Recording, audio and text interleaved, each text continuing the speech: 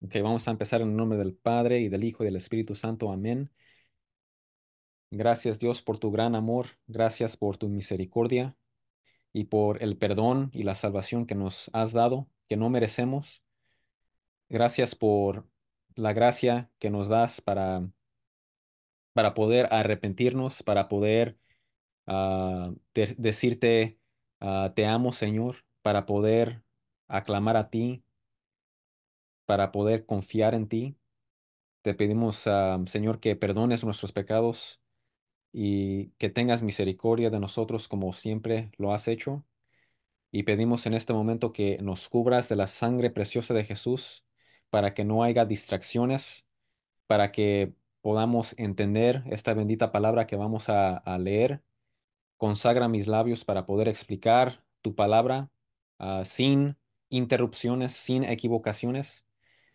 Ayúdanos a cumplir tu voluntad, cumplir tu palabra y guíanos todos los días. Protégenos, sálvanos y ayúdanos a hacer luz para todas las demás personas que están alrededor de nosotros. Y pedimos la intercesión de la Santísima Virgen que le pida a su Hijo Jesucristo para que nos llene el Espíritu Santo en este momento, para que venga el Espíritu Santo en este momento. Y ahora acabaremos con la oración que tú nos diste, Señor Jesucristo. Padre nuestro que estás en el cielo, santificado sea Santificado tu nombre. sea tu nombre. Venga a nosotros tu reino. Haz, Señor, tu Hágase voluntad. tu voluntad en la Sí, tierra como en el cielo. Danos hoy nuestro pan hoy de cada nuestro día. pan de cada día. Perdona Perdona nuestras nuestras ofensas, ofensas, como como también nosotros también perdonamos a los que nos nos ofenden. No nos ofenden. dejes caer en Pasión, tentación, líbranos de todo líbranos, mal. guárdanos de todo el mal. Dios te salve María, llena eres de gracia, el Señor está contigo. Bendita tú eres entre todas las mujeres y bendito es el fruto de tu vientre, Jesús. Santa Santa María, María, Madre Madre de de Dios, Dios, ruega, ruega Señora, por por nosotros nosotros pecadores, pecadores, ahora y en la ahora hora de y en nuestra nuestra muerte. muerte. Amén. Amén. En el nombre del Padre y del Hijo y del Espíritu Santo. Amén.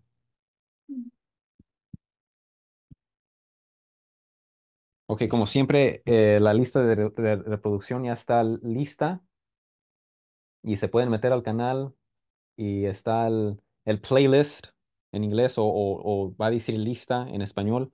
Se pueden meter ahí y ya estando ahí en la lista de reproducción pueden ver todos los videos que he acomodado, organizado, am, y pueden ver todos los videos en orden. Tenemos videos en inglés y en español, gracias a Dios. Y también si van a ver este video, a mí me gusta ver los videos cambiándoles la velocidad porque me ayuda a hacerlo más eficientemente. Uno mismo puede buscar la velocidad que es su preferido, ¿verdad? Entonces, a mí me gusta 1.25, ¿verdad? Entonces, un tantito más rápido de lo que hablo normalmente y uno lo puede poner más lento, más rápido según sus gustos, ¿verdad? Gloria a Dios. Entonces, ahora vamos a empezar con Mateo capítulo 14. Dice, en aquel tiempo Herodes el tetrarca se enteró de lo que decían de Jesús y comentó a sus sirvientes, ese es Juan el Bautista, ha resucitado, por eso tiene poder para realizar milagros. Y entonces, el Herodes, el tetrarca, ¿sí? ¿Quién es este Herodes? En primer lugar, este Herodes es diferente del Herodes que leímos en Mateo capítulo 2. ¿Se acuerdan de el rey Herodes que mató a todos los niños inocentes? Ese Herodes de Mateo capítulo 2 es otro Herodes. Ese es el papá de este Herodes. Este Herodes aquí, Herodes el tetrarca, recibió un cuarto del imperio de su padre. Por eso se llama tetrarca, porque él es rey de un cuarto del imperio. Tetra quiere decir cuatro en griego. Entonces, en Mateo 2, ese es Herodes el Grande, es decir, el papá de este hombre. Y este Herodes se llama Herodes el Tetrarca, también conocido como Herodes Antipas. Herodes Antipas. Entonces, este Herodes era el Herodes que mandó matar a San Juan el Bautista. Y vamos a leer ahorita de eso. Nos va a explicar aquí, dice. En efecto, Herodes había arrestado a Juan, lo había encadenado y metido en la cárcel por causa de Herodías, esposa de su hermano Felipe.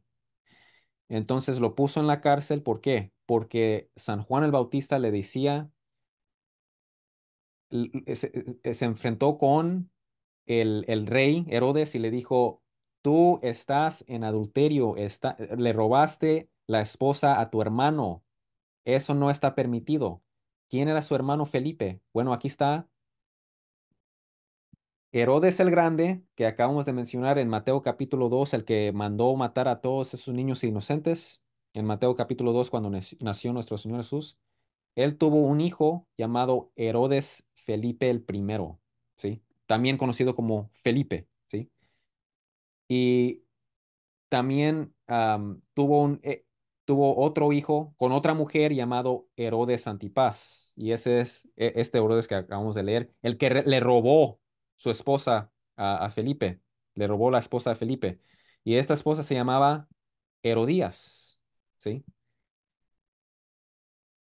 Entonces, dice el versículo 4. Es que Juan había estado diciéndole, no te es lícito tenerla por mujer. Herodes quería matarlo, pero tenía miedo de la gente. Le tenían miedo a la gente porque consideraban a Juan como un profeta. Entonces tenían miedo que la gente iba a rebelar contra él por matar a San Juan el Bautista. Entonces simplemente lo único que hizo fue y lo encarceló. En el cumpleaños de Herodes, la hija de Herodías bailó delante de todos y tanto agradó esto a Herodes que prometió bajo juramento darle cualquier cosa que pediría. Ahora, Marcos capítulo 6 versículo 23 nos da un detallito que nos da más contexto, ¿sí? En cuanto lo que le dijo a la hija de Herodías, ¿sí? Le dijo, le juró y le juró una y otra vez que le daría cualquier cosa que pediría, aunque fuera la mitad del país que él gobernaba, ¿sí? Entonces, lo máximo que le va a dar es la mitad del país que él gobernaba.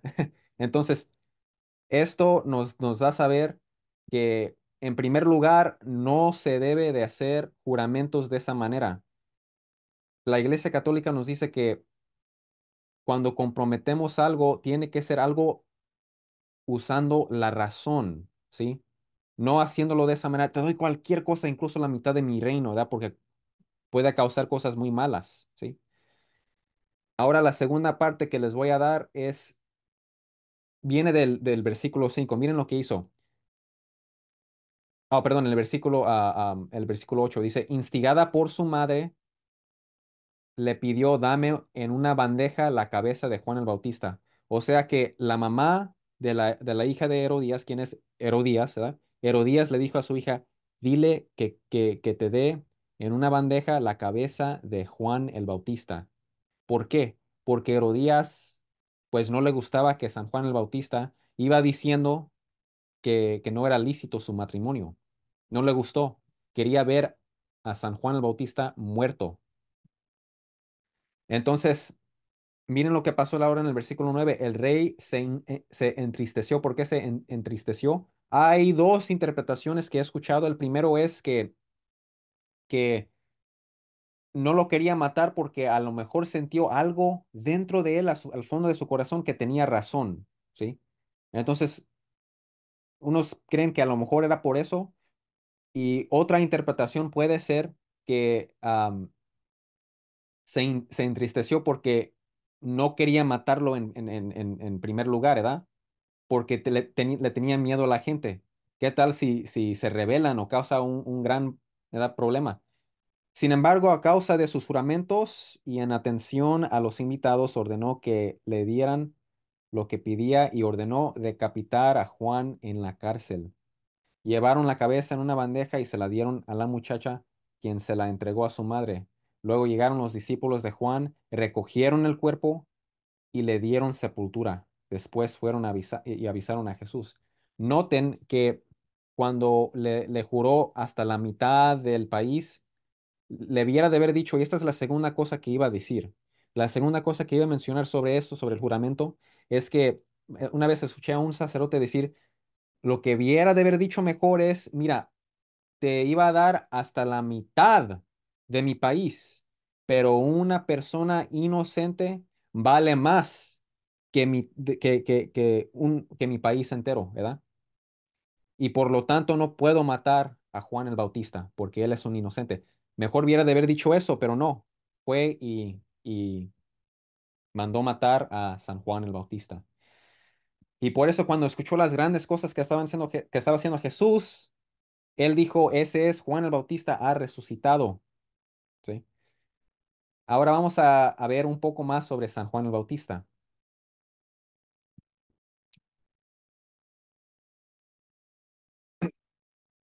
Dice la Sagrada Escritura que San Juan el Bautista estaba bautizando en Betania junto al Jordán. Eso es lo que dice. Hoy en día esa región se llama Al-Makdas. ¿Ok? Aquí está una mapa del Medio Oriente. ¿Sí? Aquí está Arabia Saudita, aquí está Irak, aquí está Siria, Turquía acá arriba, Egipto. Y si nos fijamos aquí, donde hoy en día se llama Israel y Palestina, si nos metemos, si le hacemos zoom ahí a esa región, aquí está el mar Mediterráneo, aquí está el mar Rojo, ¿sí? El Golfo Pérsico, ¿sí? Si nos vamos acá y le hacemos zoom, ¿sí?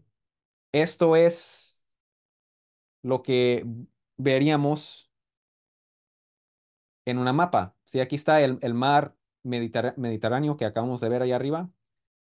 Ahora, para ayudarnos a comprender el Nuevo Testamento, tenemos que saber que aquí está el mar muerto.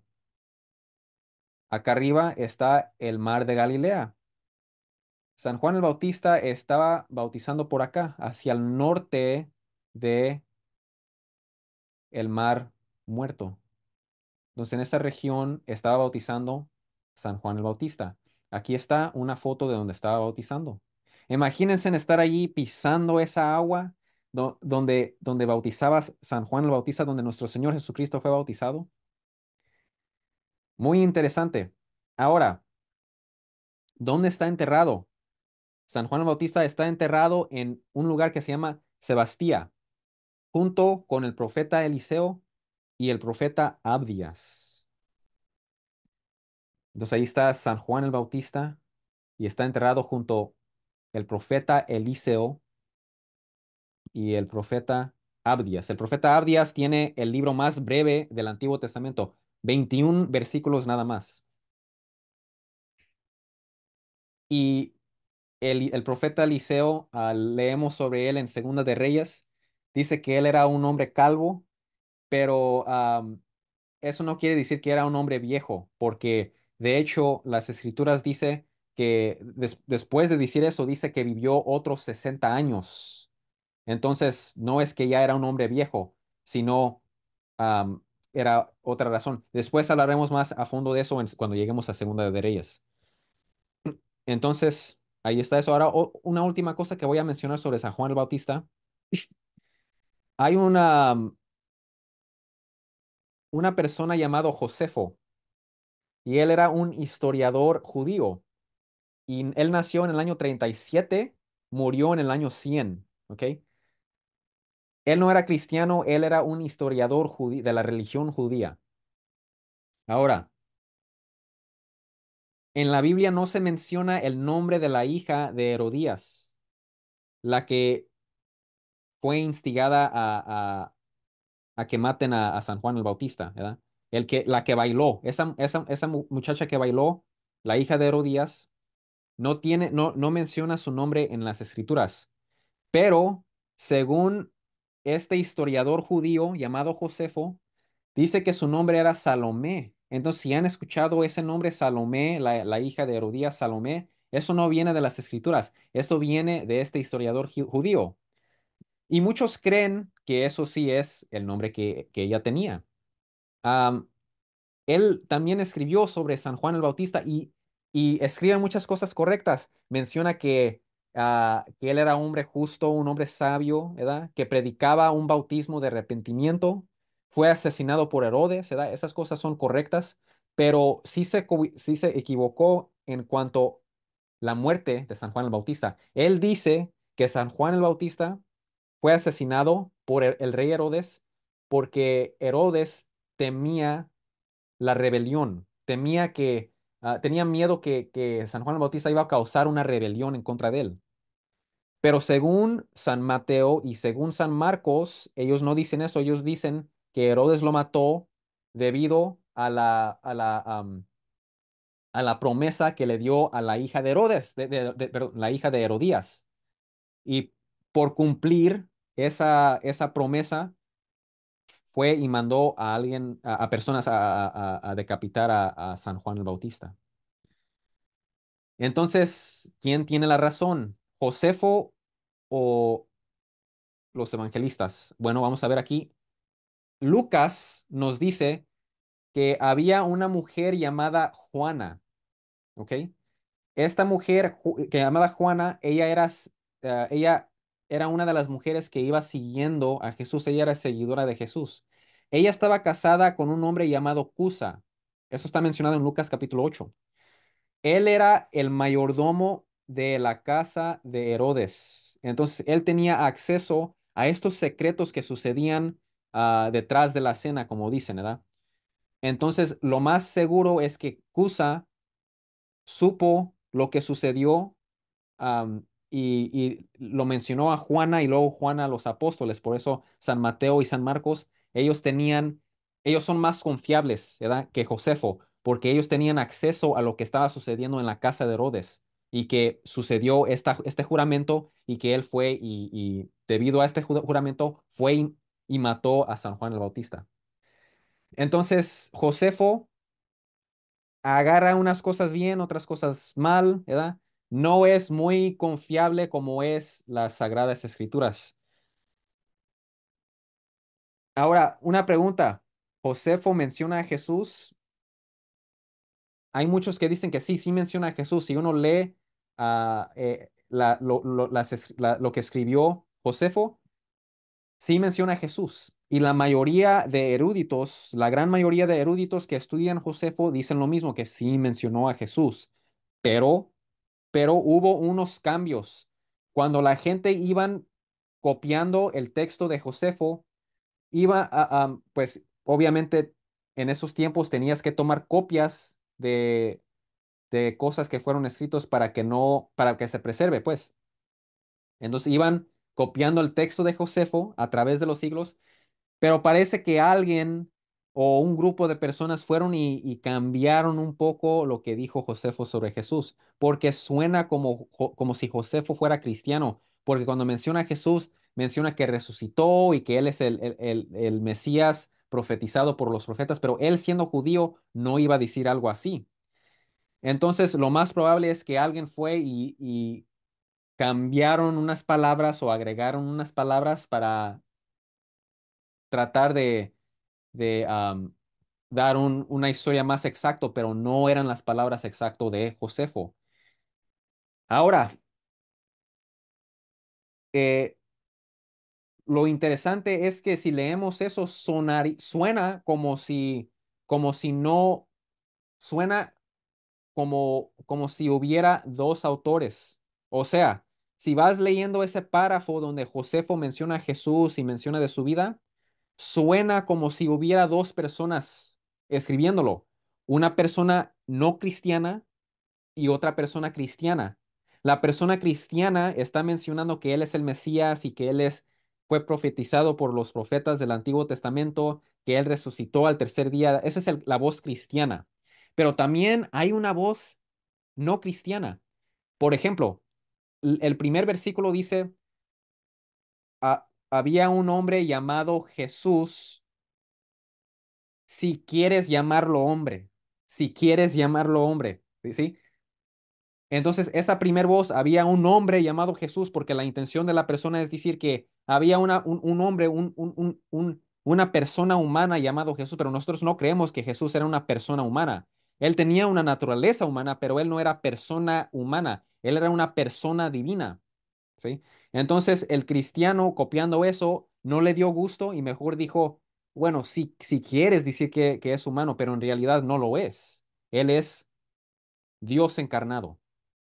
Entonces, esa segunda parte del versículo viene de un cristiano, pero esa primera parte viene de un no cristiano, por eso suena contradictorio. Entonces, Josefo, lo más probable es que sí, definitivamente mencionó a Jesús, pero lo mencionó en términos generales, no como gran profeta de Dios, no como Mesías, no, porque él era judío, no era cristiano, ¿sí? Ahora, en realidad no necesitamos a Josefo, no necesitamos a él que menciona a Jesús. Nosotros creemos y sabemos que Jesús sí existió debido a los testigos de Jesús, que son más confiables incluso de un no cristiano que no seguía a Jesús. Los discípulos de Jesús, los apóstoles, eran más confiables porque ellos eran testigos de él. Mateo, por ejemplo, y tenemos los escritos, Papías de Hierápolis, San Ireneo también. Ellos cristianos de ese tiempo, de ese periodo, ellos decían que, por ejemplo, Mateo fue escrito por Mateo, ¿sí? Y por eso sabemos que Mateo fue escrito por Mateo debido a la tradición que viene desde ese tiempo. Y entonces Mateo escribió el Evangelio de San Mateo, él fue testigo de Jesús. Entonces, ¿quién más confiable que un testigo? Entonces, debido a los testigos, sabemos que Jesús existió, que él fue el Mesías y que Él resucitó por nuestros pecados y por eso lo seguimos a Él, ¿sí? Él resucitó, Él tiene el poder. Eh, Otra cosa que les voy a mencionar, am, muchos dicen, bueno, si Jesús existió y si estaba haciendo estos milagros, ¿por qué no hay personas que escribieron sobre Él? ¿Por qué no hay personas que escribieron sobre él? ¿Por qué hay muy pocas personas que hablaron sobre él en la historia? Eso es falso. Habían muchos cristianos que escribieron sobre él. Todo el Nuevo Testamento son escritos del primer siglo, escritos por personas sobre Jesús. Es todos los 27 libros del Nuevo Testamento. Los escritos de los primeros cristianos, San Ignacio de Antioquía, las 7 cartas que él escribió a las iglesias, San Policarpo, su carta que escribió a los filipenses. ¿A quién más tenemos? San Papías de Hierápolis, él escribió como se me hace que eran 4 volúmenes de la historia de Cristo y de los cristianos, los primeros cristianos. Entonces, había muchos escritos, algunos, por ejemplo, los escritos de San Papías no lo tenemos hoy día porque no se preservaron. Lástima que no se preservaron, pero eso es lo que pasaba. A veces, especialmente en tiempos de gran persecución, no tenías tiempo para andar escribiendo copias para preservar escritos. Muchas de las veces no se podía hacer. Había problemas, etcétera. Entonces, quizás dinero es otra cosa porque era muy caro escribir esas cosas. Para escribir un evangelio eran más de $1000. Entonces tenían que orar fondos para poder escribir un evangelio. Entonces, muchas de las cosas tenemos solamente fragmentos, pero definitivamente lo que sí sabemos es que hay muchos escritos por los apóstoles, los discípulos de los apóstoles, los discípulos de los discípulos de los apóstoles, etcétera. Muchos escritos. No más que porque son cristianos, los ateos no quieren creer, pero son escritos, están pidiendo escritos, ahí están. Otra cosa, dicen, no, no, no, yo quiero un escrito de un no cristiano, una persona que no sea cristiana, que mencionó que Jesús hizo milagros, que mencionó que Jesús resucitó, pero quiero que sea de un no cristiano. O sea, eso es imposible. Si una persona escribe, oh, Jesús hizo grandes milagros y resucitó de entre los muertos, esa persona no sería un no cristiano, sería un cristiano, se convertiría. Obviamente las personas que no escriben sobre Jesús, porque los no cristianos no les importaba, ellos no creían que estaba haciendo milagros o no les importaba, ¿sí? Eso no quiere decir que Jesús nunca existió. ¿Sí? Porque acuérdense, era muy caro, no era como ir a la tienda y comprar un papel y escribir flores o dibujar, no era, así no era la vida. Tenías que tener los recursos, tenías que tener el dinero y el tiempo para hacer eso. Una persona, ¿cómo va a perder tiempo, recursos y dinero para escribir sobre una persona que ni siquiera creían en él? No tiene sentido. Los apóstoles fueron capaces hasta de morir por Jesús. No tuvieron, si ellos supieran que Jesús era falso o era un invento, ellos am, no, no fueran capaces de morir por él y de sufrir por él, porque sería una falsedad. ¿Por qué voy a morir por una falsedad que yo estoy inventando? ¿Sí? Ellos ni siquiera ganaron nada.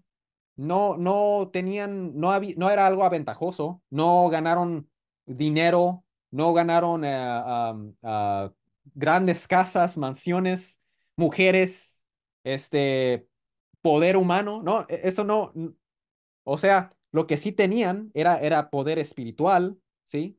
Humildad, pero eso no vale nada si Jesús no existe o si Jesús no resucitó. No vale nada el poder espiritual de Jesús, porque si Jesús nunca resucitó, no hay poder. Dice San Pablo, si Jesús no resucitó, tu fe está en vana.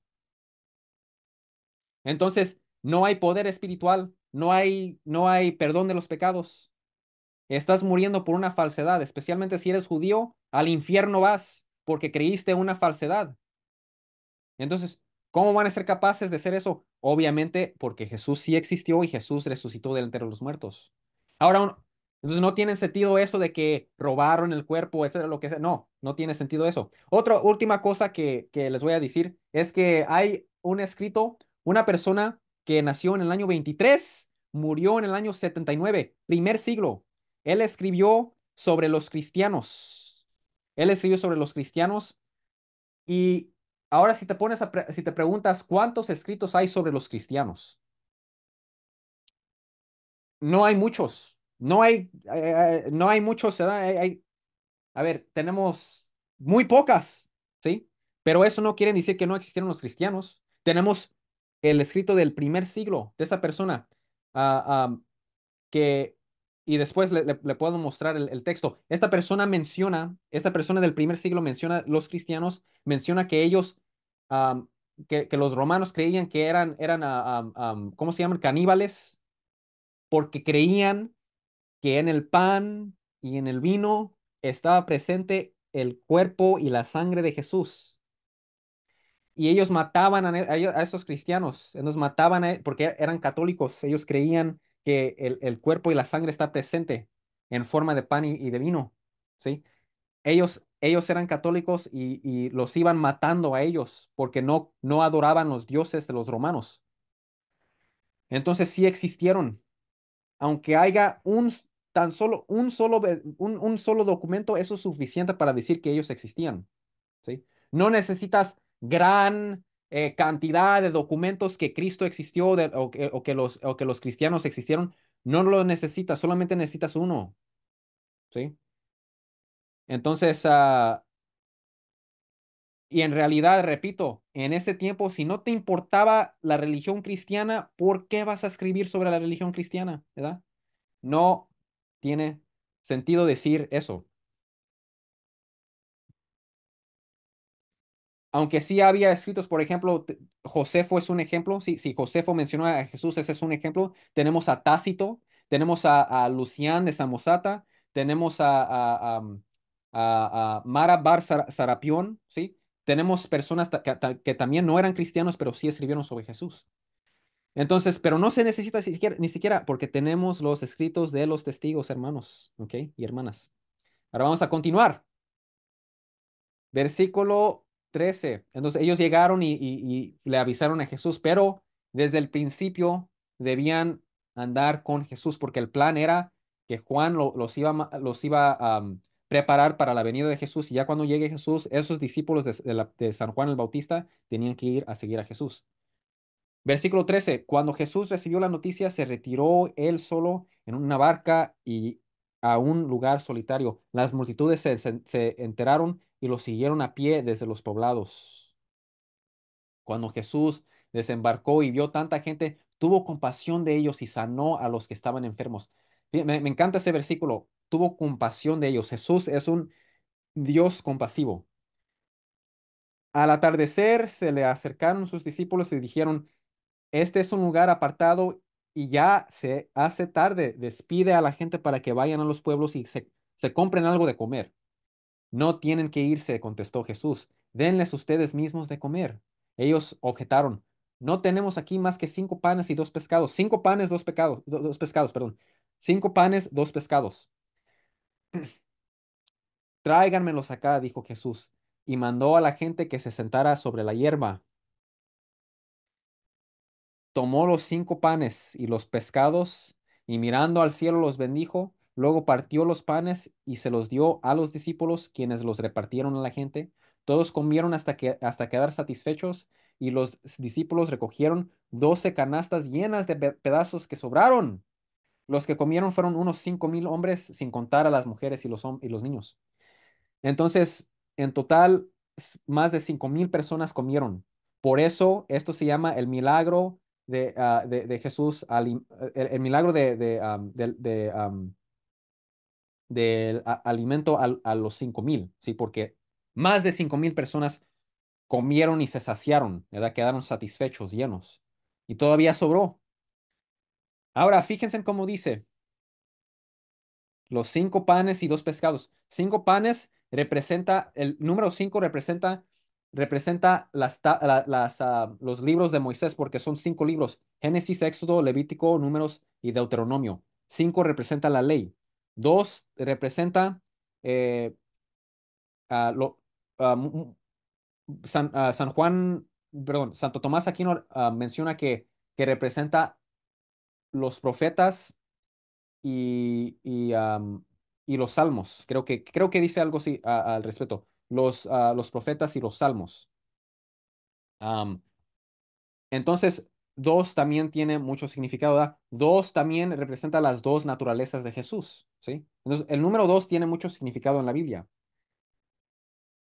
¿ok? Entonces, el versículo 19 dice, mandó a la gente que se sentara sobre la hierba. La hierba en la Biblia representa la carne. Isaías 4:6, una voz dice, grita y yo pregunto, ¿qué debo gritar? Que todo hombre es como hierba, tan firme como una flor del campo. Todo hombre es como que como hierba, ¿sí? La carne, ¿sí? Porque la escritura dice, todo hombre es como hierba y su grandeza es como la flor de la hierba. La hierba se seca y la flor se cae. Entonces, representa la carne. Entonces, literalmente se sentaron sobre la hierba, es decir, el zacate, se sentaron sobre eso, pero espiritualmente tiene otro significado. El significado que tiene es sentarse sobre la carne, es decir, mortificar la carne, evitar el pecado, ¿sí? ¿Por qué esto es importante? Porque esto nos está apuntando hacia el milagro de la Eucaristía, porque noten que se multiplicó el pan. Tenemos un milagro con el pan, ¿sí? De igual modo, tenemos un milagro con pan cada misa, donde el pan se convierte en el cuerpo y la sangre de nuestro Señor Jesucristo. Tenemos aquí un milagro con pan. Miren cómo lo dice. Dice que mirando al cielo, los bendijo, luego partió los panes y se los dio a los discípulos. Esto concuerda con Mateo capítulo 26, versículo 26. En la institución de la Eucaristía, como dice Jesús, dice, mientras comían, Jesús tomó en sus manos el pan y de hecho no dice habiendo dado gracias, no dice eso, dice lo bendijo, lo partió y se lo dio a los discípulos y se los voy a mostrar con el griego, ¿sí? Porque esta Biblia no la captó. Mateo capítulo 14 versículo 19 dice, bendijo eulogesen. Aquí dice, los bendijo eulogesen, ¿sí? Partió clasas y se los dio a los discípulos.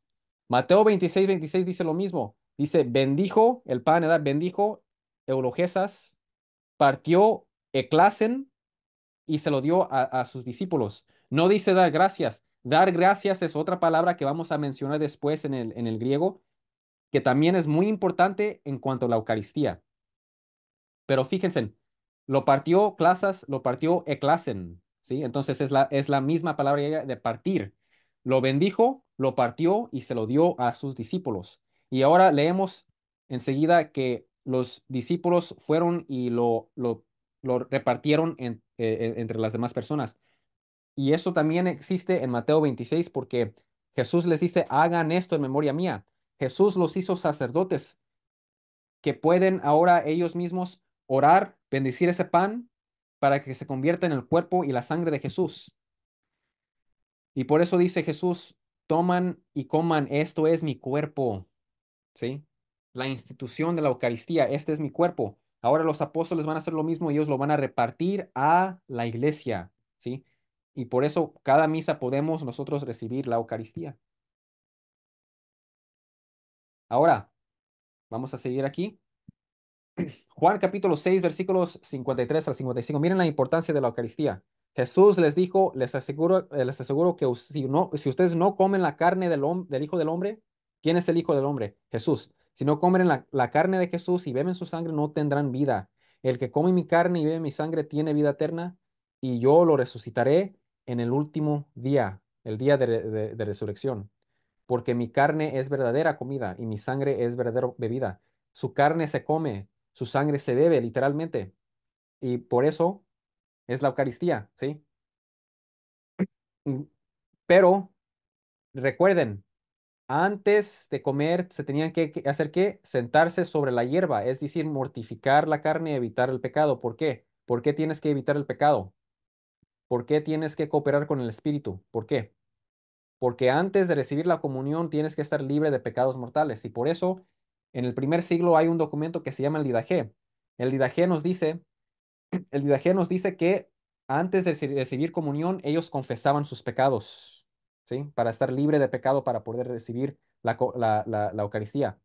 Y si tienen pecados veniales, esos pecados veniales se perdonan, ¿sí? Pero los pecados mortales, eso uno tiene que confesar antes de recibir comunión.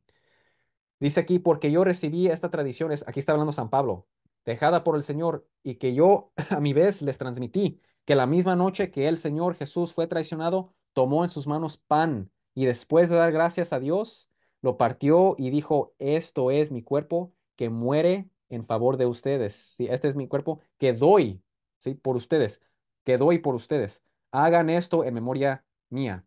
Así también, después de la cena, tomó en sus manos la copa y dijo, esta copa es la nueva alianza confirmada con mi sangre. Cada vez que beban, háganlo en memoria mía. De manera que hasta que venga el Señor, ustedes proclaman su muerte cada vez que comen de este pan y beben de esta copa. ¿Sí? Cada vez que bebemos de este pan y bebemos de este cáliz, proclamamos tu muerte, Señor, hasta que vuelvas. De ahí viene.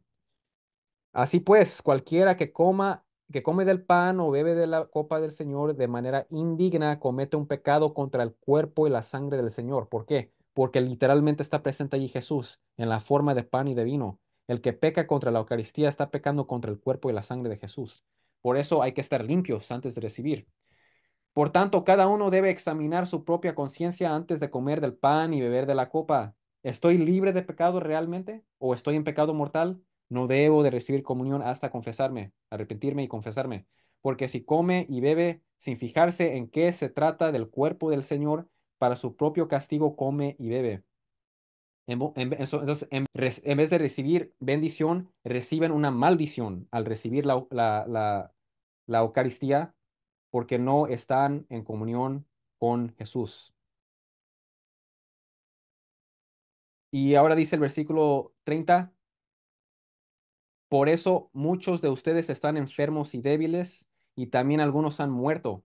En este tiempo lo que estaba pasando es, estaban cuando hacían la Sagrada Comunión, se emborrachaban con el vino y en vez de comer la fracción del pan, ellos comían muchísimo pan hasta el punto de llenarse y hasta el punto de que había personas en la misa que no podían comer del pan porque ya no había, porque había personas que se lo comían todo. Entonces estaba sucediendo muchas blasfemias y debido a eso estaban recibiendo castigo en vez de bendición por medio de la sagrada, santísima Eucaristía. Si nos examináramos bien a nosotros mismos, el Señor no tendría que castigarnos, ¿verdad? Entonces hay que examinarnos antes de recibir la santísima Eucaristía, ¿sí? Que es el cuerpo santísimo de nuestro Señor Jesucristo, ¿sí? Entonces hay que tener respeto a eso y examinarnos, ¿sí? confesarnos antes de recibir.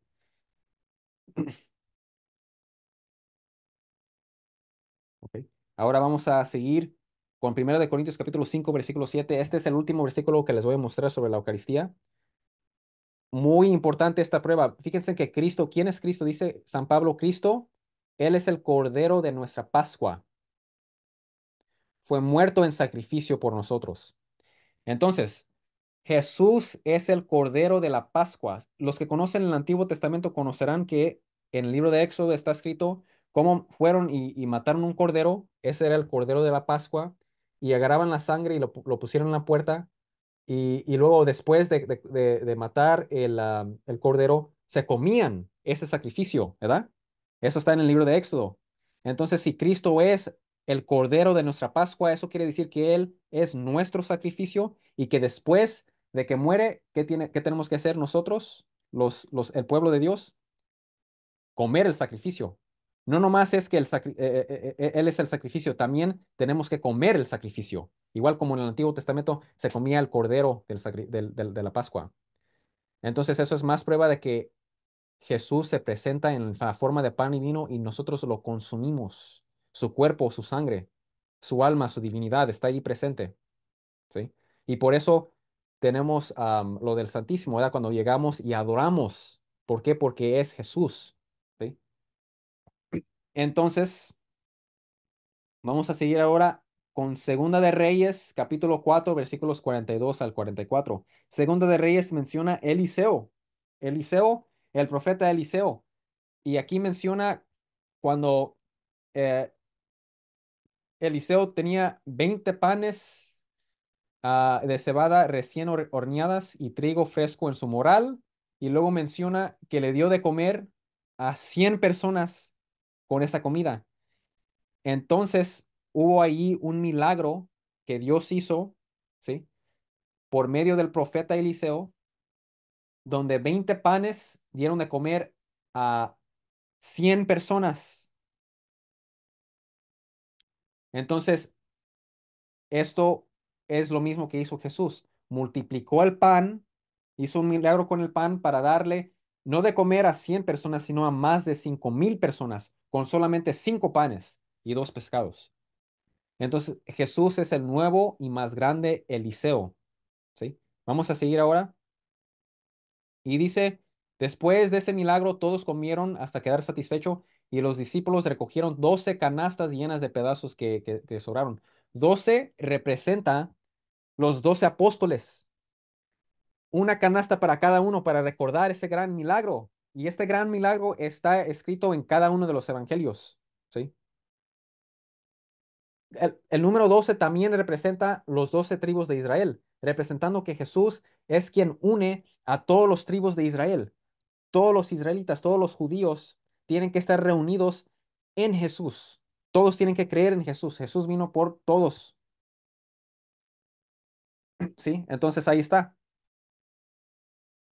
Versículo 22. Enseguida Jesús hizo que los discípulos subieran a la barca y se adelantaron al otro lado mientras él despedía a la multitud. Después de despedir a la gente, subió a la montaña para orar a solas. Al anochecer estaba allí él solo y la barca ya estaba bastante lejos de la tierra. Según el Evangelio de San Juan, estaba como 4 millas de la tierra, zarandeado por las olas porque el viento le era contrario. En la madrugada, literalmente dice en la cuarta vigilia de la noche. Eso quiere decir el periodo de 3 de la mañana, entre 3 de la mañana y 6 de la mañana. Jesús se acercó a ellos caminando sobre el lago. Cuando los discípulos lo vieron caminando sobre el agua, quedaron aterrados. Es un fantasma, dijeron, y llenos de miedo comenzaron a gritar. Pero Jesús dijo enseguida, tranquilos, soy yo o yo soy, no tengan miedo. Literalmente en el griego dice ego eimi, que quiere decir yo soy. Y muchos teólogos notan que esto concuerda con lo que está escrito en Éxodo 3:14. ¿Qué dice Éxodo 3:14? Cuando Dios se apareció a Moisés, ¿sí?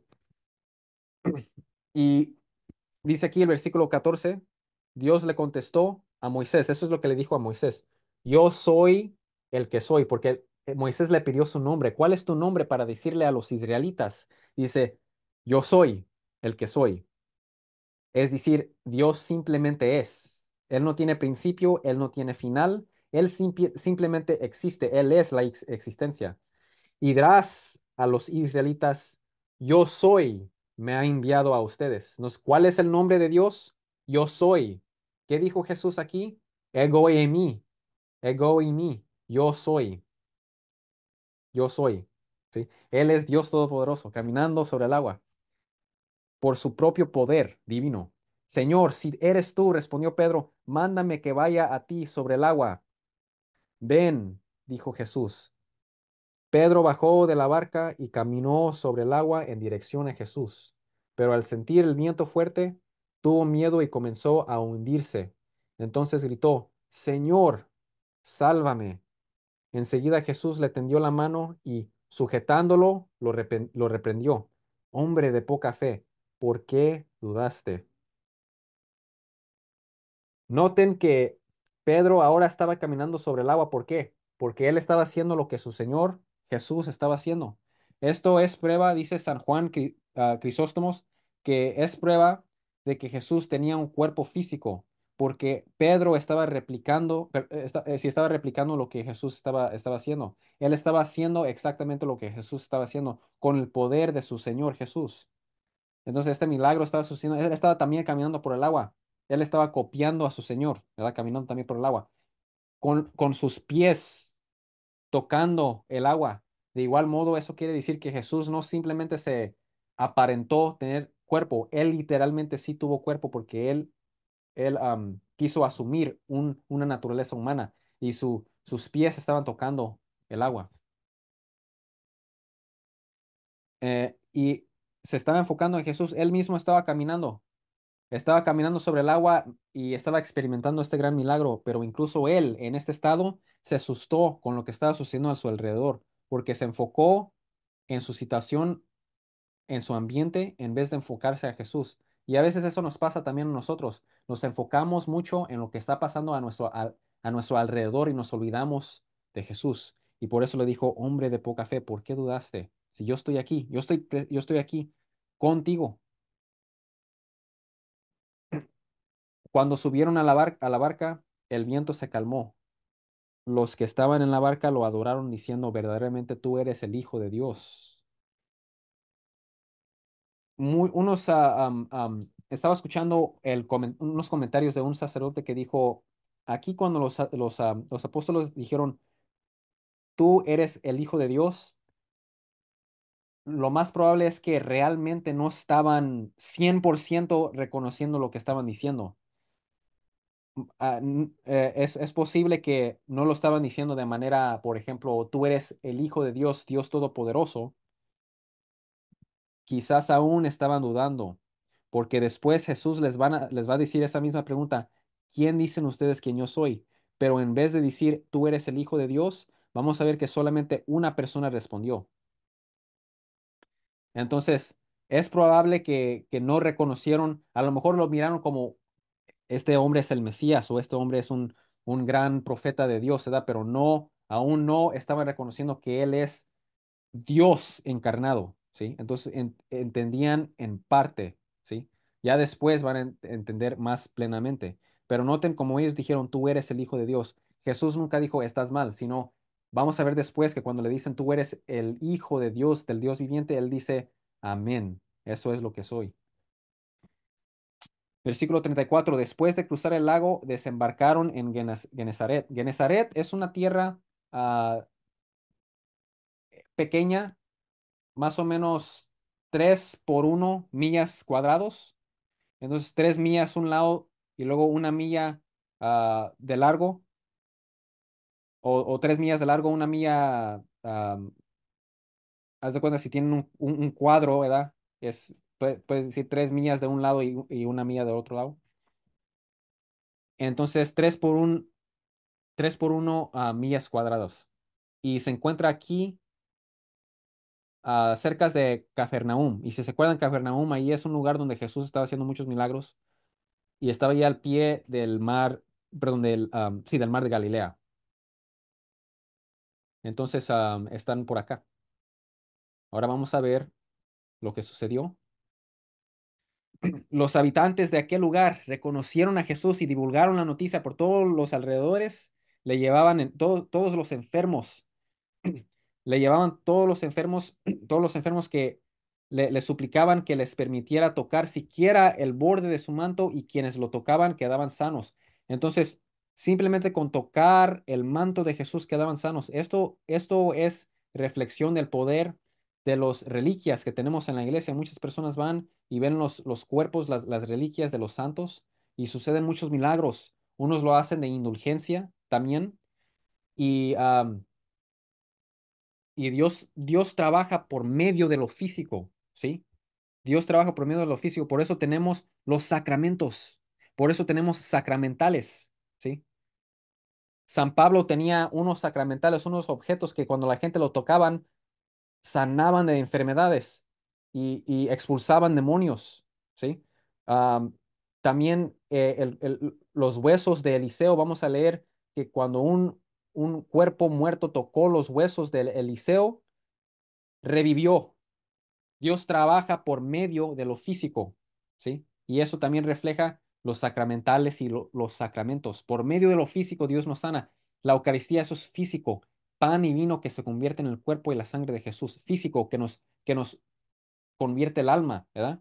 Que nos cambia el alma.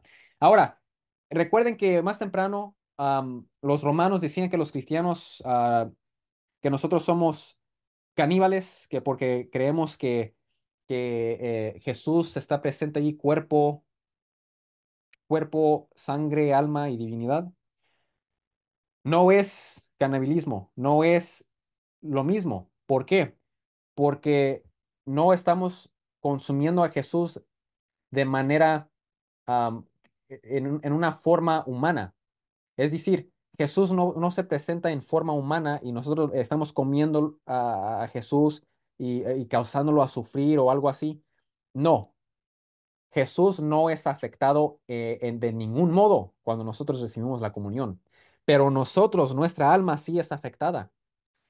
Y Jesús no se presenta de manera humana, se presenta en la forma de pan y de vino. Entonces no es lo mismo, definitivamente no es lo mismo. Mateo capítulo 15. Un ejemplo que les puedo dar es a San Justino Mártir y también San Ireneo. Dicen que Jesús se presentó a Moisés en el, am, en el, am, Jesús se presentó a Moisés en eh, en el zarzal, ¿sí? Y, ah, y sí, eso es cierto. Jesús se presentó ante Moisés en el zarzal. Él fue quien dijo, yo soy, en Éxodo 3:14. Jesús se presentó allí y ante Moisés en la forma de fuego. Y ahora Jesús se presenta en la forma de pan y de vino a nosotros, sin recibir o asumir una naturaleza de pan, pero sí se nos presenta en la forma de pan y de vino. ¿Sí? Qué grande bendición. ¿Ok? Mateo capítulo 15. Se acercaron a Jesús algunos fariseos y maestros de la ley y maestros de la ley que habían llegado de Jerusalén y preguntaron, ¿por qué quebrantan tus discípulos la tradición de los líderes religiosos? Comen sin cumplir primero el rito de lavarse las manos. Esto es explicado en el Evangelio de San Marcos. San Mateo no lo explica porque este evangelio fue escrito a los judíos. Ellos ya entendían las prácticas de los fariseos, pero los fariseos tenían una tradición donde se lavaban las manos muy seguido. No era ni siquiera para tener las manos limpias, ¿verdad? Era una tradición que tenían seguido lavarse las manos. Incluso si ya están limpias, tienes que lavarte las manos. Entonces, era muy, ¿cómo se dice? Legalismo, ¿sí? Había mucho legalismo en esas tradiciones, inventadas por los fariseos, no eran parte de la ley de Dios. Entonces, vamos a ver cómo les contestó Jesús. porque ellos dijeron, comen sin cumplir primero el rito de lavarse las manos, según la tradición de los líderes religiosos. Jesús contestó, ¿y por qué ustedes quebrantan el mandamiento de Dios a causa de la tradición? Dios dijo, honra a tu padre y a tu madre, y también dijo, el que maldiga a su padre o su madre será condenado a muerte. Eso está en Éxodo. Ustedes, en cambio, enseñan que un hijo puede decir a su padre o a su madre cualquier ayuda que pudiera darte, ya la he dedicado como ofrenda a Dios. ¿Qué está diciendo ahí Jesús? Jesús está diciendo, ¿por qué las tradiciones de ustedes quebran la ley de Dios? Porque Dios dijo, tienes que am, honrar a tu padre y a tu madre, pero lo que ustedes hacen está mal. Tenían una práctica que se llamaba corbán, y esta práctica que ellos hacían era prácticamente ir al templo, agarrar dinero que iban a usar para ayudar a sus padres, porque ya cuando los padres están viejos uno lo tiene que ayudar, ¿verdad? Pero lo que ellos hacían es agarraban ese dinero que iban a usar para sus padres, iban y lo ofrecían al templo, iban y lo entregaban al templo para que el templo lo pueda usar. Y también ellos mismos lo podían usar, pero la regla era, tú mismo lo tienes que usar, no se lo puedes dar a otra persona, ¿ok? Entonces, era manera de no ayudar a los padres. Para no ayudar a sus padres, ellos tenían esa práctica. Ya se lo ofrecía a Dios, no te lo puedo dar a ti, ¿verdad? Entonces era manera de no ayudar a sus padres y por eso Jesús les dijo, ustedes, las tradiciones que ustedes inventan y que hacen, sus tradiciones inventadas que practican, no solo no es parte de la revelación de Dios, sino contradice lo que Dios manda. Versículo 6. En ese caso, el tal hijo no tiene que honrar a su padre. Así, por causa de la traducción, anulan ustedes la palabra de Dios. Por causa de sus tradiciones falsas, anulan la palabra de Dios. Hipócritas, tenía razón Isaías cuando profetizó de ustedes. Este pueblo me honra con los labios, pero su corazón está lejos de mí. En vano me adoran. Sus enseñanzas no son más que reglas humanas. Entonces inventaban estas reglas que contradecían la palabra de Dios. Entonces Jesús, en primer lugar, no está diciendo que todas las tradiciones son malas, no. Está diciendo que las tradiciones de los fariseos y cualquier tradición que está en contra de la palabra de Dios, esas tradiciones sí están mal, pero ninguna de esas de nuestras sagradas tradiciones están en contra de la palabra de Dios. Entonces, no tienen derecho los protestantes de usar este versículo porque ninguna de nuestras tradiciones van en contra de la palabra de Dios, ninguna. Ninguna de nuestras sagradas tradiciones van en contra de la palabra de Dios. Entonces no aplica para nosotros. Segunda cosa, muchos dicen, bueno, yo cuando era católico conocía católicos muy hipócritas, muy malos, etcétera, y ya no soy católico. Eso es como decir, ya no voy al gimnasio porque hay mucha gente gorda que no se cuidan. ¿Qué es el punto de ir al gimnasio? Bueno, si ellos van al gimnasio por esa razón, eso ya es decisión de ellos. Pero yo mejor voy al gimnasio o yo sí voy a hacer ejercicio, yo sí me voy a cuidar, no voy a dejar que las prácticas de otras personas no me dejen acercarme a la salud. De igual modo, no voy a dejar que los malos católicos no me permitan entrar a la iglesia de mi Señor Jesucristo, ¿verdad? Y ustedes también tienen que tener esa misma actitud, ¿sí? No voy a dejar que este católico me aleje de Jesús, ¿sí? Y aquí está. Este pueblo me honra con los labios, pero su corazón está lejos de mí. Esas palabras también puede aplicar a los católicos que no practican su fe. Con los labios nada más me alaban es todo, con los labios me honran es todo, pero sus corazones están lejos de mí. Entonces, ahí está. Ahora les voy a mostrar que las tradiciones sagradas de la iglesia son buenas. No cualquier tradición, no cualquier tradición, sino las tradiciones malas que contradicen la palabra de Dios, esas sí se tienen que evitar. Pero las tradiciones sagradas de la Santa Iglesia sí se deben de cumplir porque la palabra de Dios no solamente es escrito, sino también viene en forma no escrito, oral, ¿verdad? Con la palabra, ¿sí? Ahora vamos a leer aquí Primera de Corintios 10:4. Esta también es la creencia de los primeros cristianos, los apóstoles. Fíjense aquí, San Pablo lo que dice, Dice, hablando de los israelitas, dice, tomaron la misma bebida espiritual porque bebían agua de la roca espiritual que los acompañaba en su viaje, la cual era Cristo. Entonces, había una roca que los acompañaba, que los iba siguiendo. Eso no existe en el Antiguo Testamento. Eso está en las tradiciones judías. Y esa era una de sus tradiciones correctas.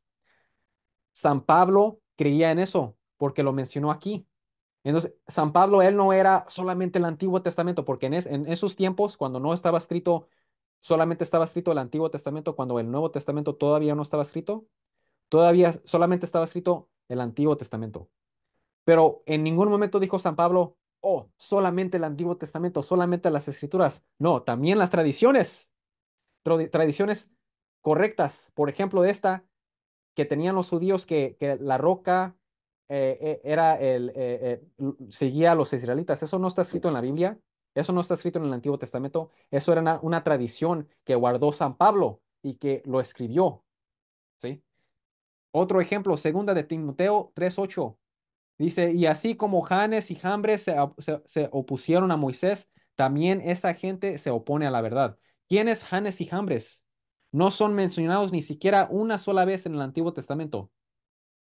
Ni una sola vez. Eso eran nombres que ellos conocían por tradición, palabra transmitida, no escrita. Otro ejemplo, y este es el grande ejemplo que les voy a dar, segunda de Tesalonicenses 2:15. San Pablo dice, así que hermanos, sigan firmes y no se olviden de las tradiciones que les hemos enseñado, dice personalmente.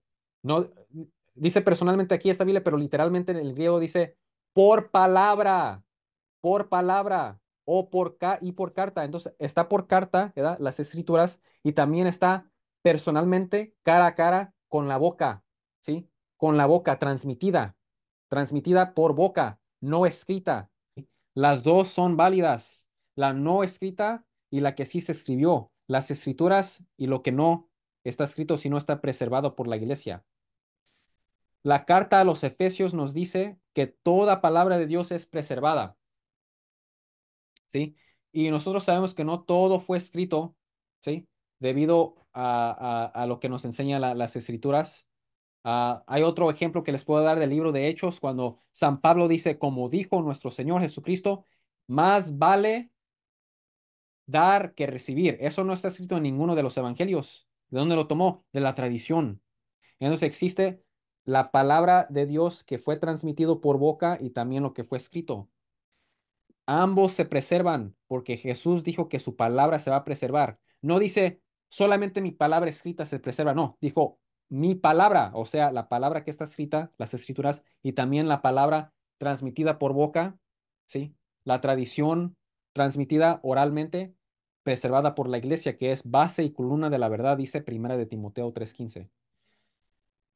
Ahora vamos a ver qué dicen los primeros cristianos y van a ver que la Biblia no solamente la Biblia es católica, sino también vamos a ver que los primeros cristianos eran católicos, los primeros cristianos eran católicos. Vamos a ver. Entonces vamos a ver aquí que los primeros cristianos ah, creían en la sagrada tradición, la tradición apostólica, no solamente lo que está escrito. Igual que segunda de Tesalonicenses nos dice, ¿verdad? Sigan firmes y no se olviden de las tradiciones que les hemos enseñado por palabra. Sí, dice en el griego, um, diálogo, diálogo, que quiere decir por palabra, ¿verdad? Por boca y por carta. Entonces existe lo que está escrito y existe lo que se transmite por boca, ¿verdad? Oralmente. ¿Ok? Y lo interesante es que una vez estaba viendo un pastor protestante que estaba diciendo, estaba leyendo este versículo y dijo, no me gusta cómo está escrito. Me dijo, no, le dijo, no me gusta cómo lo dice. Dice tradiciones, no me gusta que diga eso. Bueno, no importa la opinión de ese pastor, lo que importa es lo que sí está escrito. En realidad dice tradiciones en el griego, paradosis, que quiere decir tradiciones. La misma palabra que se usó aquí en Mateo 15 para decir las tradiciones, paradosis, las tradiciones, falsas de los fariseos. La misma palabra se usó, tradiciones. La palabra es tradiciones, ¿sí? Vamos a ver ahora lo que dicen los primeros cristianos. San Papías de Hierápolis, ¿verdad? Gracias a él sabemos que, por ejemplo, San Mateo escribió el Evangelio de San Mateo. Él lo grabó. Dice, de hecho, no, existe fragmentos de San Papías de Hierápolis. Lástima que no tenemos sus escritos en completo, ¿verdad? Pero existen fragmentos y también tenemos también lo que grabaron los primeros cristianos, porque, por ejemplo, Eusebio de Cesarea, él grabó unas palabras que estaban escritas en los escritos de San Papías. Entonces, esto lo obtuvimos por lo que escribió Eusebio, ¿verdad? Porque en el cuarto siglo, en los tiempos de Eusebio, sí existía, ¿verdad? Las escrituras de San Papías. Ahora solamente tenemos fragmentos, pero gracias a lo que escribió aquí Eusebio, conocemos esto de San Papías. Esto es en el año 120 después de Cristo, muy tempranísimo. Dice Papías, que ahora mencionamos, afirma que recibió los dichos de los apóstoles de quienes los acompañaban. Entonces, él aprendió ¿de quién? Él recibió los dichos de los apóstoles de quienes los acompañaban. Y entonces, él aprendió ¿de quién? De los discípulos de los apóstoles. ¿Ok? Entonces, los apóstoles tenían sus discípulos. Él aprendió de esos discípulos. Qué, qué dichoso, ¿verdad? Qué bendición. Y además afirma que escuchó en persona a Aristión y al presbítero Juan. Por eso los menciona frecuentemente por su nombre y en sus escritos de sus tradiciones acerca de Jesús, lo que ellos iban enseñando sobre Jesús. Hay otros pasajes suyos en los que relata algunos hechos milagros, afirmando que adquirió el conocimiento de ellos por tradición, lo que se transmitía. San Irineo, ahora en el año 180 escribió esto, dijo, por eso es ciertamente necesario evitarlos, es decir, evitar los herejes, cuidando con la mayor diligencia las cosas que pertenecen a la iglesia y aferrándonos a la tradición de la verdad. ¿Qué pasaría si los apóstoles no nos hubieran dejado escritos? ¿No sería necesario seguir el orden de la tradición que fue transmitida a aquellos a quienes confiaron las iglesias? ¿Qué está diciendo aquí? Existe lo que fue escrito por los apóstoles, ¿sí? Los escritos de los apóstoles, y existe lo otro que es la tradición. Y si no tuviéramos los escritos, pues sí seguiríamos aún las tradiciones, tendríamos las tradiciones. Entonces, él habla de dos cosas, habla de la tradición, habla de los escritos, y él dice que nos tenemos que aferrar a la tradición de la verdad, a lo que está escrito y lo que no está escrito. Ahora, este mismo San Ireneo, de hecho, escribió sobre el Papa. Dice, hacemos esto, digo, indicando esa tradición derivada de los apóstoles de la muy grande, muy antigua y universalmente conocida iglesia fundada y organizada en Roma por los dos más gloriosos apóstoles, Pedro y Pablo. Entonces, hablando de la iglesia de Roma, él dice, hay que guardar esas tradiciones que tienen Roma porque Roma lo agarró de quién, de los apóstoles, como también señalando la fe predicado a los hombres, la fe predicada a los hombres, que llega hasta nuestros días por medio de las sucesiones de los obispos. Entonces, hay una sucesión de obispos. Nuestros obispos vinieron de otros obispos y esos obispos de otros obispos hasta llegar a los apóstoles. Los sucesores de los apóstoles son los obispos. Eso está escrito en Tito capítulo 1, versículos 5 al 7. San Pablo, siendo apóstol, estableció obispos y los obispos fueron estableciendo presbíteros, padres, sacerdotes. De hecho, la palabra presbítero quiere decir sacerdote y por eso en inglés decimos priest. Viene de la palabra presbítero, porque es necesario que cada iglesia esté de acuerdo con esta iglesia. ¿Cómo? Es necesario que cada iglesia cristiana esté de acuerdo con la iglesia de Roma. debido a su autoridad preeminente. Entonces, la Iglesia de Roma, el Papa, tiene autoridad sobre todas las demás iglesias y es obligación que todas las demás iglesias estén de acuerdo con la Iglesia de Roma. Él creía en el Papa. Y la semana que viene vamos a hablar más de esto, del Papa.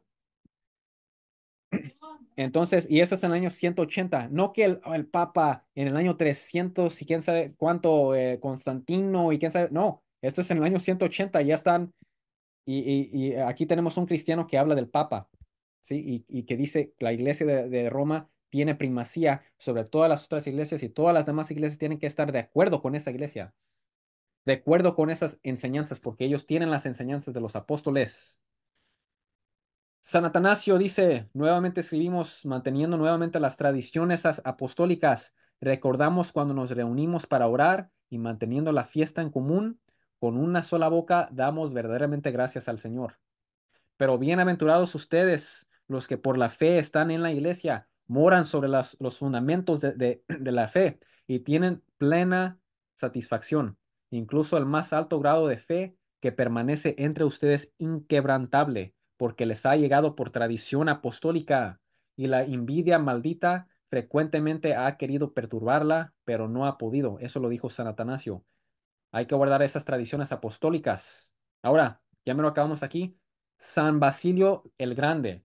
Miren lo que dice San Basilio el Grande. Dice, de los dogmas y mensajes conservados o preservados en la iglesia, algunos los tenemos por enseñanza escrita, las escrituras, y otros los recibimos de la tradición de los apóstoles, transmitida a nosotros en misterio. Respecto a la piedad, ambas tienen la misma fuerza. Igual las escrituras como la tradición apostólica, ambas tienen la misma fuerza, la misma autoridad.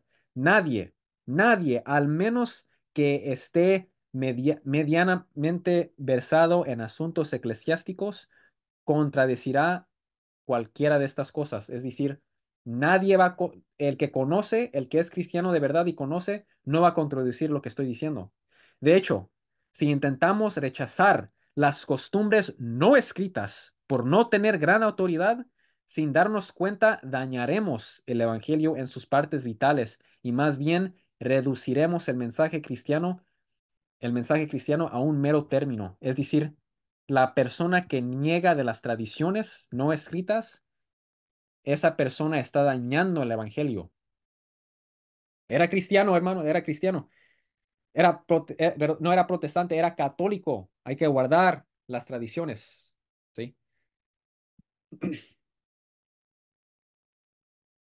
Entonces, San Pablo, aquí ahora tenemos a San Juan Crisóstomo. San Juan Crisóstomo. San Juan Crisóstomos, ¿ok? San Juan Crisóstomos dice, menciona segunda de Tesalonicenses 2:15, lo que acabamos de leer. Por tanto, hermanos, estén firmes y guarden las tradiciones que has aprendido, ya sea de palabra o por carta. Mencionó ese versículo que acabamos de leer. Mencionó ese versículo que acabamos de leer de segunda de Tesalonicenses. Vamos a ver lo que él dijo. Fíjense. De esto se desprende que no todo lo transmitieron por carta. No todo fue escrito, pero también hay muchas cosas que no fueron escritas. Al igual que lo escrito, también lo no escrito es digno de fe. Igual que creen en las escrituras, también deben de creer en lo que no estaba escrito.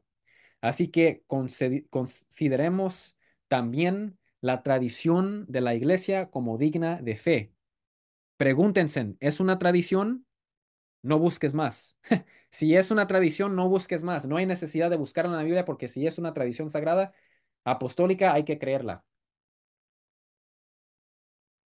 Ahora, entonces, allí está. Entonces los primeros cristianos no eran protestantes, eran católicos. Otra cosa que les quiero mencionar es que sin la tradición no hay Biblia. Gracias a la tradición sabemos lo que consiste la Biblia. Sabemos cuántos libros tiene la Biblia. Sabemos cuáles libros son palabra de Dios escrita. Sin la tradición no tienes esto porque en ninguna parte de la Biblia te dice lo que es la Biblia. Esto viene de la tradición. Entonces, si no tienes tradición, no tienes la Biblia tampoco. Vamos a seguir ahora, ya me lo acabamos aquí, vamos a acabar el capítulo 15. Jesús llamó a la multitud y dijo, escuchen y entiendan, lo que contamina a una persona no es lo que entra en la boca, sino lo que sale de ella. ¿Sí? Esa es la enseñanza para nosotros. No se necesita evitar comer la carne de puerco, evitar comer tacos al pastor, está bien comerlo. Eso que encontramos en Levítico 11 y Deuteronomio capítulo 14 era para los israelitas en la antigua ley, la antigua alianza. No podían comer esas carnes, pero nosotros sí. No podían comer ni siquiera camarones. Había una lista de carnes y de comidas que no podían comer. Pero por eso San Pablo nos dice que nadie te venga a juzgar por lo que comes o bebes. ¿Sí? Porque eso era sombra, eso era sombra de lo que ha de venir. Pero ya llegó Jesús y nos trajo la nueva alianza. ¿Sí? No hay necesidad de nadie cumplir esas leyes de la antigua ley de no comer de ciertas carnes o lo que sea, ¿verdad? Entonces se le acercaron los discípulos y dijeron, ¿sabes que los fariseos se escandalizaron al oír esto? Toda la planta que mi Padre Celestial no haya plantado será arrancada de raíz, dijo el Señor. Déjenlos, son ciegos, son guías ciegos. Y si un ciego guía a otro ciego, ambos caerán en un hoyo. Ignórenlos. Yo estoy diciendo la verdad, dice nuestro Señor Jesucristo. Y ahora San Pedro, el primer papa, dijo, explícanos la comparación. Digo, ¿tampoco ustedes pueden todavía entenderlo? Dijo Jesús. ¿No se dan cuenta de que todo lo que entra en la boca va al estómago y después se echa en la letrina? ¿Se echa afuera? Esto no te afecta, eso no te afecta al alma, no te afecta en cuestión de pecado, ¿sí? Puedes comer lo que tú quieras. No hay nada intrínsecamente malo con comer tacos al pastor o comer camarones, ¿verdad? Y también no hay necesidad de hacer esos rituales que hacían los fariseos que inventaron, ¿sí? Que inventaron, porque del corazón salen los malos pensamientos. Acuérdense, ¿qué dijo Jesús? Dijo, no hay necesidad de guardar las tradiciones falsas de los fariseos, porque ¿qué pasó? No es malo lo que entra a la boca, sino lo que sale de la boca, ¿sí? No hay nada intrínsecamente malo de comer un taco al pastor o camarón, o camarones, sino lo que sí es intrínsecamente malo en contra de la ley moral de Dios es lo que sale de la boca, ¿verdad? Dice, del corazón salen los malos pensamientos, los homicidios, los adulterios, la inmoralidad sexual, los robos, los falsos testimonios y las calumnias. Estas son las cosas que contaminan a la persona y no el comer sin lavarse las manos. ¿Sí? Entonces, dos enseñanzas allí. En primer lugar, no hay necesidad de cumplir esas tradiciones inventadas por los fariseos. Y en segundo lugar, ¿qué es la enseñanza? No es lo que se mete a la boca que contamina, sino lo que sale de la boca, ¿sí? Entonces, eso incluye, ¿verdad? Se extiende también a las comidas, como dice San Pablo, ¿ok? Acuérdense, como dijo nuestro Señor Jesucristo, el pecado empieza en el pensamiento, ¿sí? Y también, incluso en la boca, podemos matar personas, ¿sí? Podemos matar por las palabras, podemos matar por las palabras con el pensamiento. Dice Jesús, el que está enojado con su hermano ya lo ha asesinado en su corazón, ¿sí?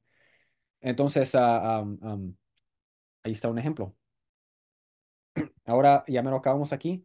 Partiendo de ahí, Jesús se retiró a la región de Tiro y Sidón. Esos son lugares, eran lugares paganos prácticamente, gentiles vivían allí. Tiro y Sidón, muy hacia el norte, ¿sí? De esa región salió a su encuentro una mujer cananea, gritando, Señor, hijo de David, ten compasión de mí. Mi hija sufre terriblemente por estar endemoniada. Jesús no respondió ni una palabra, así que sus discípulos se acercaron a él y le rogaron, despídela, porque viene detrás de nosotros gritando. No fui dijo Jesús, no fui enviado sino a las ovejas perdidas del pueblo de Israel. La mujer se acercó y arrodillándose delante de él suplicó, Señor, ayúdame. Él respondió, no está bien quitarles el pan a los hijos y echárselo a los perros. Sí, señor, respondió la mujer, pero hasta los perros comen las migajas que caen de la mesa de su amo, de sus amos. Mujer, qué grande es tu fe, contestó Jesús, que se cumpla lo que quieras, lo que quieras. Y desde ese momento quedó sana su hija. Entonces, noten que es muy interesante cómo suena. Suena como Jesús no quiere hacer nada, ¿verdad? Suena como si Jesús no quiere ayudarla. Suena como si Jesús no quiere cumplir el milagro, pero sí lo cumplió. ¿Qué está pasando aquí? Jesús cambió de idea. Oh, perdón, me equivoqué, perdón. No, este era una enseñanza que nos está dando Jesús. Jesús sabe, siendo Dios encarnado, sabe exactamente cómo hablarle a las personas para que tengan una fe humilde, para que tengan confianza. Jesús sabe exactamente cómo hablarle. A unas personas le va a hablar de una manera, a otras personas a otra manera, dependiendo de la persona, porque Él sabe cómo conectar, cómo usar las palabras para que le llegue a las personas, ¿sí? No es necesariamente que Jesús no quiso, ¿verdad?, cumplir el milagro a esta mujer. ¿Por qué? Porque esto lo mismo encontramos en Juan capítulo 2. Fíjense aquí, Juan capítulo 2. La Santísima Virgen y Jesús y los discípulos de Jesús llegaron a una boda y tenían vino en esa boda y se acabó el vino. Y la madre de nuestro Señor Jesucristo le dijo a Jesús, dijo, ya no tienen vino. Jesús le contestó, mujer. ¿Por qué le dice mujer? Porque acuérdense, en la sesión que hablamos, María es la mujer de Génesis capítulo 3, la mujer de Apocalipsis capítulo 12, la mujer que es madre de Dios, que es la madre del Mesías, ¿sí? ¿Por qué me dices esto? Mi hora no ha llegado todavía. ¿Qué dice Jesús? Mujer, ¿esto qué tiene que ver conmigo y contigo? Yo no voy a hacer nada. Suena como que Jesús está diciendo, yo no voy a hacer nada. Pero ¿qué sucedió siempre? Fíjense, ella dijo a los que estaban sirviendo, hagan todo lo que Él les diga. Y ya después, dice Jesús, llenen de agua estas tinajas y convirtió el agua a vino. Hizo su primer milagro. Hizo su primer milagro por intercesión de María. Aunque sonó como que no lo iba a hacer, pero ya tenía en su plan divino hacerlo. Entonces, ¿por qué lo dijo como si no lo iba a hacer? La razón es porque le estaba dando, por decir, honor a María, porque aún no era su hora, pero sí cumplió el milagro. ¿Por qué? Por la grande intercesión de la Santísima Virgen, mostrando que ella sí es una mujer, sus intercesiones tienen poder. Por eso le decimos madre poderosa, ¿sí? Virgen poderosa. ¿Por qué? Porque sus intercesiones tienen grande poder. Eso es lo que está expresando aquí Jesús. No es que no lo tengo planeado hacer y no lo voy a hacer, no, sino es más bien una invitación. Ven, sea parte del plan de Dios, ¿sí? Aunque suena como no lo va, como si no lo va a hacer. Ahora, noten que dijo también, ah, dijo dos cosas nuestro Señor Jesucristo. Dijo, vine a las ovejas perdidas del pueblo de Israel. Y también dijo, no está bien quitarles el pan a los hijos y echárselo a los perros. Acuérdense que Jesús iba desde dentro trabajando hacia afuera, ¿sí? Lo que iba haciendo es, iba empezando con los judíos, con los miembros de la antigua ley, perdón, de la antigua alianza que cumplían la antigua ley, y luego después los gentiles, ¿sí? Ese era el plan divino, ¿ok?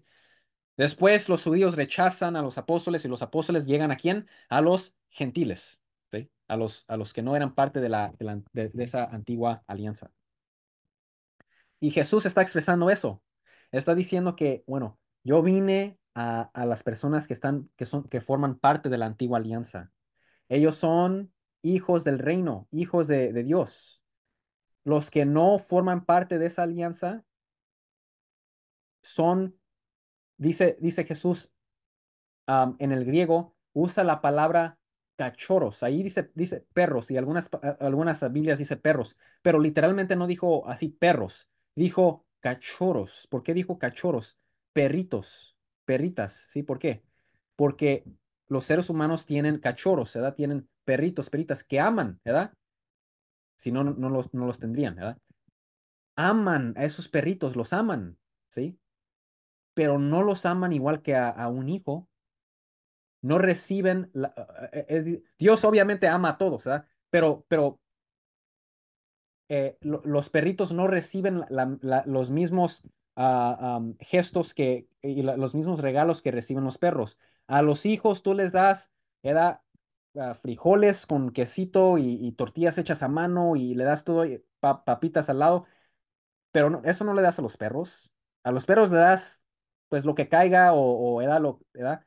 La enseñanza que aquí está dando Jesús, es que Dios ama a todos, igual como uno ama a los perritos, pero los perritos no reciben los mismos regalos que los hijos. Y Jesús lo que está haciendo es la está invitando a tener una fe humilde, ¿sí? Y fíjense lo que dijo, pero incluso a los perritos, los amos le dan de comer también a ellos, y los aman también a ellos, y los cuidan también a ellos. Y ahí Jesús dijo, qué grande es tu fe, y le cumplió el milagro, ¿sí? Entonces ahí está el ejemplo. Y esto también, igual en el Evangelio de San Mateo, vemos que Jesús le va cumpliendo milagros a los gentiles, mostrando que Jesús vino no solamente para la salvación de los judíos, de las personas que eran parte de la antigua alianza, pero sino a todos, todos. Dios ama a todos y Dios quiere que se salven todos, como hablamos la semana pasada. Primera de Timoteo 2:4, Dios quiere que todos se salven y que ninguna alma se pierde, ¿sí? Versículo 29. Salió Jesús de allí y llegó a orillas del lago de Galilea. Entonces dice, luego subió a la montaña y se sentó. Se acercaron grandes multitudes que llevaban cojos, ciegos, lisiados, mudos y muchos enfermos más. Los pusieron a sus pies, a sus pies y los sanó. La gente se asombraba al ver a los mudos hablar, a los lisiados recobrar la salud, a los cojos andar y a los ciegos ver, y alababan al Dios de Israel.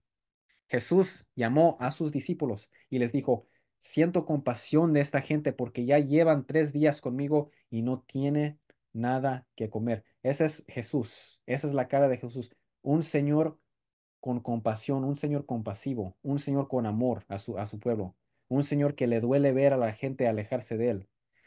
Dice, no quiero despedirlos sin comer, no sea que se desmayen por el camino. Tienen mucha hambre, yo les quiero dar de comer. ¿Sí?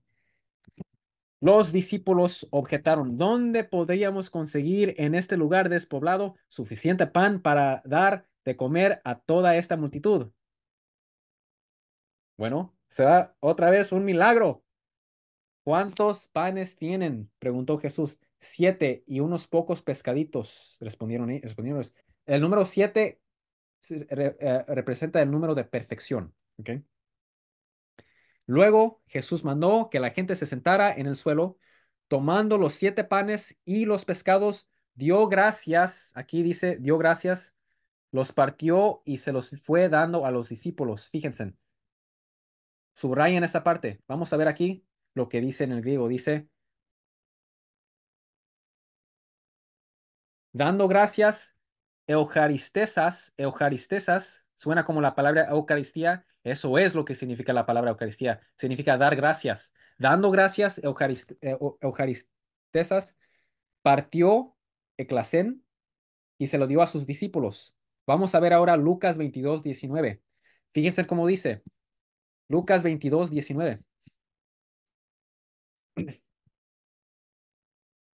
Dice Lucas 22:19. La institución de la Eucaristía dice, después tomó el pan en sus manos y habiendo dado gracias a Dios, lo partió y se lo dio a sus discípulos diciendo, esto es mi cuerpo entregado a muerte en favor de ustedes, hagan esto en conmemoración mía. Entonces después tomó el pan en sus manos y habiendo dado gracias, lo partió y se lo dio a ellos. Igual aquí, Lucas 22:19, las mismas palabras. Dando gracias, Eucaristesas, partió eclacén y se lo dio a sus discípulos.